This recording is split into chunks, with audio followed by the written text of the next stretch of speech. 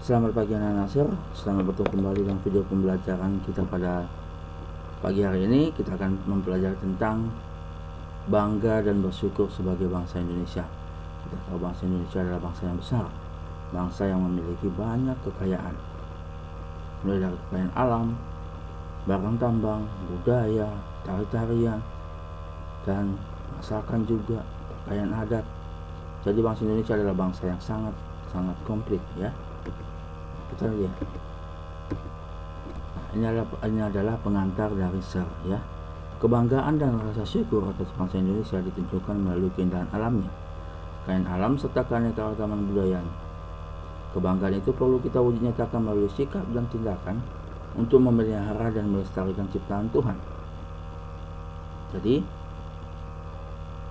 contoh sederhana adalah tidak membuang sampah sembarangan, melakukan reboisasi. Ya, anak Nasir sudah banyak mempelajari tentang ini dalam pelajaran yang lain, tapi khusus dalam pelajaran agama kita lebih menitik beratkan pada iman, kepercayaan, rasa syukur kepada Tuhan untuk apa yang sudah kita dapatkan dan nikmati. Sekarang marilah kita mengamati gambar beberapa kekayaan alam di Indonesia ya. Mulai dari alamnya, hewannya, ada komodo, kemudian ada rumah daerahnya, peninggalan sejarahnya, tarian daerah, dan juga alat musik daerah.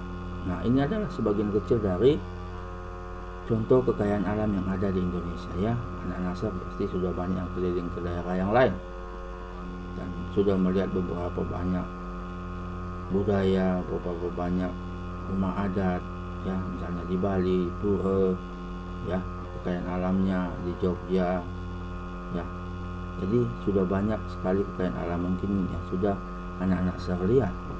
Itu menandakan bahwa kita adalah bangsa yang sangat besar ya, dan kaya akan kekayaan alam. Nah, sekarang mari kita lanjutkan. Sekarang mari kita baca kitab suci, yaitu dari kitab Kejadian 2 ayat 8 sampai kitab Kejadian 2 itu ayat 8 sampai 18 ya. Tertulis di situ 2, ini salah ya nak.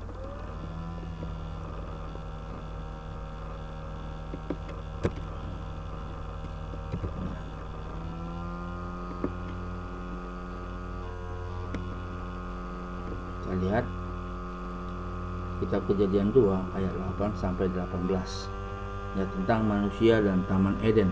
Itu adalah tentang bagaimana Allah menciptakan Taman Eden, memberikan yang terbaik dalam Taman Eden, tumbuhan dan lain sebagainya, makanan bagi manusia, sungai-sungai yang indah, sungai Tigris, Efrat ya, yang mengalir bagaikan emas. Jadi di situ diceritakan bahwa Allah sudah menciptakan alam yang indah, Taman Eden, untuk manusia yang akan diciptakannya nanti ya. Setelah Taman Eden diciptakan, manusia ditempatkan di Taman Eden itu dan semua diperlengkapi Tuhan. Jadi untuk dimanfaatkan oleh manusia. Bahkan Allah berfirman, manfaatkanlah, gunakanlah ya, kuasailah. Nah ya, itu adalah perintah dari Allah untuk manusia terhadap alam ciptaannya ya. Baik, kita lihat sekarang ya. Nah, ada 2 pertanyaan di sini saya berikan untuk mendalami kitab suci tadi. Pertama, apakah hubungan antara manusia dan Taman Eden dengan keindahan Nusantara? Maksudnya adalah bagaimana anak Nasir bisa membayangkan keindahan Taman Eden dengan keindahan Nusantara kita? Apa hubungannya? Ya. Yang kedua, apa tugas manusia yang diberikan oleh Allah? Oke, apa tugas manusia yang diberikan oleh Allah? Tadi sudah saya berikan ya. Tugasnya adalah menjaga dan melestarikan alam semesta ya, memanfaatkan alam semesta dengan baik. Itu tugas manusia. Nah, untuk semuanya itu saya sudah memberikan rangkuman dalam pelajaran kita pada hari ini. Pertama, sebagai warga negara yang baik, kita patut mengucap syukur kepada Tuhan atas kekayaan Indonesia. Yang kedua, karena kekayaan alam yang begitu indah, maka tugas kita adalah menjaga dan melestarikan alam. Ya. Kemudian yang ketiga, kita dapat belajar berbagai macam kebudayaan.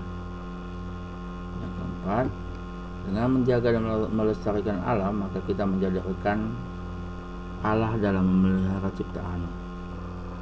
Ya.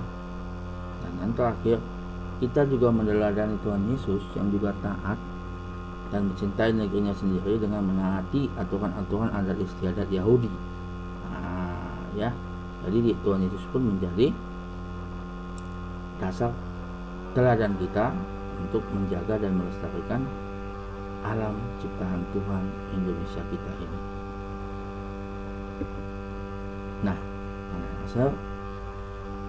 sebagai penutup, ada penugasan 2. Jadi nanti yang dikirim adalah hanya yang 2 ini ya. Halaman 41 nomor 1-8 buatlah di buku catatanmu. Dan kedua, halaman 42 membuat dan membacakan puisi atau doa. Pilih salah satu, kamu mau puisi atau buat doa dengan tema bersyukur atas alam ciptaan Tuhan. Nah, nanti dan ingat membacakan dan membuat ya, membuat dan membacakan puisi atau doa. Nah, divideokan. Oke. Nah, ini adalah penugasan yang saya berikan dan hanya penugasan inilah nanti yang akan kamu kirim. Ya. Oke. Semoga cukup jelas ini anak. Baik. Sebagai doa penutup, saya akan membacakan Mazmur 104 ayat 1-18 ya. Kebesaran Tuhan dalam segala ciptaannya. Pujilah Tuhan, hai jiwaku, Tuhan Allahku, Engkau sangat besar. Engkau yang berpakaian keagungan dan semarak, yang berselimutkan terang seperti kain, yang membentangkan langit seperti tenda, yang mendirikan kamar-kamar lotengmu di air, yang menjadikan awan-awan sebagai kendaraanmu, yang bergerak di atas sayap angin, yang membuat angin sebagai suruhan-suruhanmu, dan api yang menyala sebagai pelayan-pelayanmu, yang telah mendasarkan bumi di atas tumpuannya sehingga tak akan goyang untuk seterusnya dan selamanya. Dengan samudera raya Engkau telah menyelubungi, air telah naik melampaui gunung-gunung. Terhadap hardikmu air itu melarikan diri, lari kebingungan terhadap suara guntukmu. Naik gunung, turun lembah, ke tempat yang kutetapkan bagi mereka. Engkau yang menumbuhkan rumput bagi hewan dan tumbuh-tumbuhan untuk diusahakan manusia, yang mengeluarkan makanan dari dalam tanah, dan anggur yang menyukakan hati manusia, yang membuat muka berseri karena minyak, dan makanan yang menyegarkan hati manusia. Kenyang pohon-pohon Tuhan, pohon-pohon aras di Libanon yang ditanamnya, di mana burung-burung bersarang, burung ranggung yang rumahnya di pohon-pohon sanobar. Gunung-gunung tinggi adalah kambing-kambing hutan, bukit-bukit batu adalah tempat perlindungan bagi pelanduk. Amin.